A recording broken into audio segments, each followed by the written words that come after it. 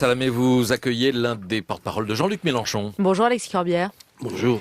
Pensez-vous que Marine Le Pen ait une chance, une seule, d'être présidente de la République dimanche prochain ? Est-ce que je pense que Marine Le Pen a une chance au vu du rapport de force actuel, je ne le crois pas. Pensez-vous que l'ampleur de son score, c'est-à-dire si elle fait 35% ou 45%, c'est important pour la suite, pour la vie démocratique du pays ? Mais quel est l'intérêt, Léa Salamé, de cette discussion ? Moi, je veux plutôt savoir comment on fait reculer vraiment le Front National. C'est ça la discussion. Je voudrais d'ailleurs qu'on me dise pas à ce micro. Moi, ma question, Alexis Corbière. Non, mais c'est oui. Pardon. Ma question, c'est de savoir si vous, Alexis Corbière, porte-parole de Jean-Luc Mélenchon, pensez que si elle fait 45% ou 35%, ça change quelque chose. Ou si, après tout, qu'elle perde, qu'elle fasse à 45 ou 30. Moi, je suis le porte-parole d'un mouvement, comme vous l'avez dit, où se retrouvent différentes positions. Probablement, ce qui nous rassemble tous, et je voudrais que ce soit dit à ce micro, parce que vous n'insistez pas assez, pas une voix pour le Front National. On peut quand même le rappeler.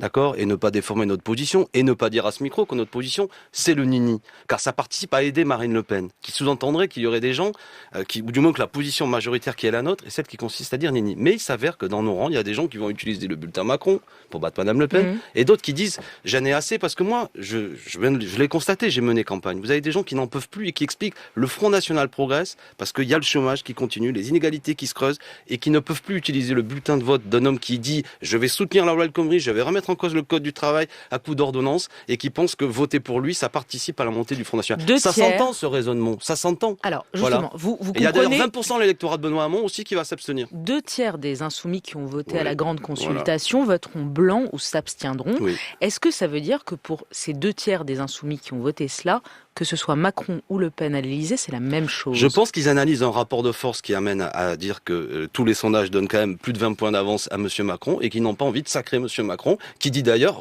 je demande une adhésion à mon programme, ce qui est assez baroque. Il ne le demande plus. Ah d'accord, il le demande plus maintenant. Mais il vient de passer une semaine où il a demandé. Oui, moi, vous savez, je l'ai croisé hier, Monsieur Macron. Je lui ai dit, justement, c'est quand même incroyable. C'était dans les locaux des RMC. Vous allez continuer à modifier le code du travail par ordonnance? Il m'a dit oui, mais pas complètement, etc. Non, mais il ne voit pas tout de même la situation dans laquelle il est. Il ne voit pas que quand on reporte au nombre d'électeurs inscrits, le score qu'il fait au premier tour, c'est à peine 16%. 84% des gens ne sont pas d'accord avec son projet.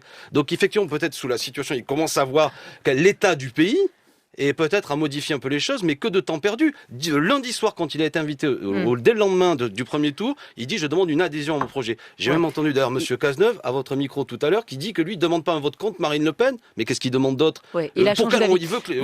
Moi, je veux savoir, mais Alexis Corbière, moi je veux savoir si tout le monde s'abstient ou vote blanc, qui gagne? Mais tout le monde ne va pas s'abstenir à voter blanc, madame. Il y a des gens dans ce pays, il y a des gens c'est la droite, il y a Monsieur Macron qui est arrivé en tête au premier tour. Mais je voudrais revenir à l'essentiel, il y avait une bonne méthode d'évacuer Madame Le Pen au premier tour. C'était de voter pour Jean-Luc Mélenchon. Où sont-ils ces donneurs de leçons? Je pense notamment au Parti Socialiste. À quoi a servi la candidature qu'ils ont maintenue jusqu'au bout? Donc vous persistez à penser que c'est Benoît Hamon qui a fait élire Marine Le Pen au second tour? Je persiste à penser qu'une candidature inutile qui allait dans le mur, qui a consacré d'ailleurs ces derniers jours à insulter Jean-Luc Mélenchon, n'a pas démontré une grande efficacité, alors qu'il y avait une possibilité à 600 000 voix près de faire en sorte que ce soit un humaniste et un républicain, un écologique qui se retrouve au second tour. Alexis Corbière, quand je vous écoute, j'ai l'impression qu'il a été 3e Mélenchon. Il est 4e. Il y a Fillon entre les deux. À 600 000 voix près. Ouais, ça s'est passé à 600 000 voix près. Oui, mais vous parlez comme s'il était 3e. Il est 4e. À 600 000, ouais, d'accord. Ouais. C'est peu de choses. Vous voyez l'histoire du pays comme elle était différente? Où est la responsabilité de ce? Je vais vous révéler un scoop. Avec qui j'ai discuté dans l'entourage de Benoît Hamon.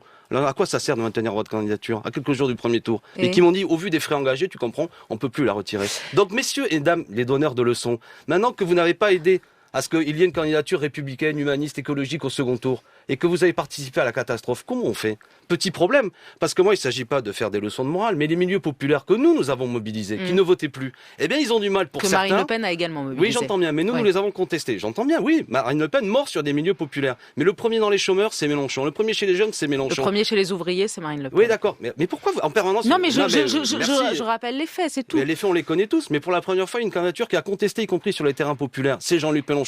Ce que je veux vous dire, madame, c'est que je ne veux pas insulter les gens qui ne peuvent pas mettre un bulletin de vote d'un homme qui dit « je vais supprimer 125 000 postes de fonctionnaires ». Ça s'entend, mais moi je dis à ce micro, les amis, ne votez pas Front National. Et c'est respectable aussi de voter Macron contre le FN. Moi je n'injurie pas ceux qui font ça, mais je veux seulement qu'on se parle tranquillement, en voyant que ce qui compte c'est aussi l'avenir. Comment demain on empêche qu'en 2022, Madame Le Pen l'emporte? Mais juste une question, quand vous voyez, et là je ne parle pas de la consultation des 240 000 personnes qui ont voté dans votre mouvement, mais je parle des sondages. Quand vous voyez que 19% des électeurs de Jean-Luc Mélenchon sont prêts à voter pour Marine Le Pen selon le sondage Ipsos d'aujourd'hui, aujourd'hui. Et 5% de ceux de Benoît Hamon. Alors qu'il n'était que 9% le soir du premier tour. Ça ne vous interroge pas sur le message que vous envoyez, vous et Jean-Luc Mélenchon, c'est-à-dire sur la tendance? Il y a une semaine, il n'y avait que 9% de vos électeurs qui étaient prêts à voter pour Marine Le Pen. Aujourd'hui, ils sont quasiment 1 sur 5. Ce n'est pas les chiffres que j'ai vus, c'était 14-15. Mais je vais vous dire une chose. Je les ai vérifiés ce soir, on peut les vérifier, c'est sondage Ipsos. Léa Salamé, j'ai énormément de respect et plus que ça pour vous. Mais sous-entendre que nous participerions à la montée du Front National, non mais on se parle tranquillement, on se connaît depuis longtemps tous les deux. Sous-entendre que nous participerions à la progression du vote Front National me semble être, comment dirais-je, assez inacceptable. Voilà, je veux dire gentiment. Ceux qui font monter le Front National, probablement c'est ceux qui votent Front National. Moi, je leur dis à ce micro, ne votez pas Front National. D'accord ? Je leur dis, je leur répète. C'est pas le sujet. Par contre, ceux qui votent Front National, moi j'en ai vu, j'ai fait campagne. C'est des gens qui me disent, je n'en peux plus parce que j'ai voté Hollande en 2012. Il m'avait dit, mon ennemi c'est la finance et les inégalités n'ont cessé de se creuser. Troisièmement, je vous rappelle que par exemple, il y a 5% des électeurs de Benoît Hamon aussi qui vont voter FN. Il y a plein de gens, vous savez, ça traverse la tête à plein de gens. Et je leur dis, vous avez tort. Par contre, ce qui compte, c'est l'avenir. Et c'est pas Monsieur Macron avec pour seule opposition le Front National. Ça fait le jeu du FN. Et il y aura Jean-Luc Mélenchon. Yanis Varoufakis, figure de la gauche radicale en Grèce, appelle clairement à voter Macron et dit, je ne comprends pas la position de Jean-Luc Mélenchon. C'est une énigme. Premier tour appelé à voter Mélenchon parce qu'il était très silencieux. Yanis. Il sort de sa boîte uniquement au second tour alors que ça aurait été formidable. On l'a invité plusieurs fois. Pourquoi il n'est pas venu? Pourquoi il ne s'est pas prononcé? D'ailleurs, il y en a aussi qui ne se sont pas prononcés. Monsieur Hollande, avant le premier tour, il ne s'est pas prononcé. Les membres du gouvernement, on ne sait pas ce qu'ils votaient avant le premier tour et maintenant ils nous reprochent à nous notre position. Tout ça est absurde. Mais quand Varoufakis dit Macron a aidé la Grèce. Bon, écoutez ça, argument de circonstance, mais très bien.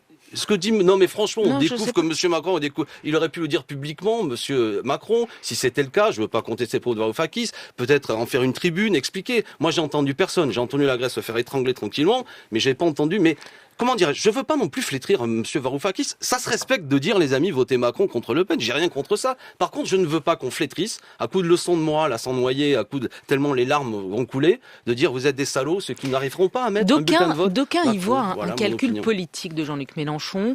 Vous êtes déjà sur les législatives. L'objectif de Mélenchon, au fond, c'est d'être l'opposant numéro 1, peu importe que ce soit Marine Le Pen ou Emmanuel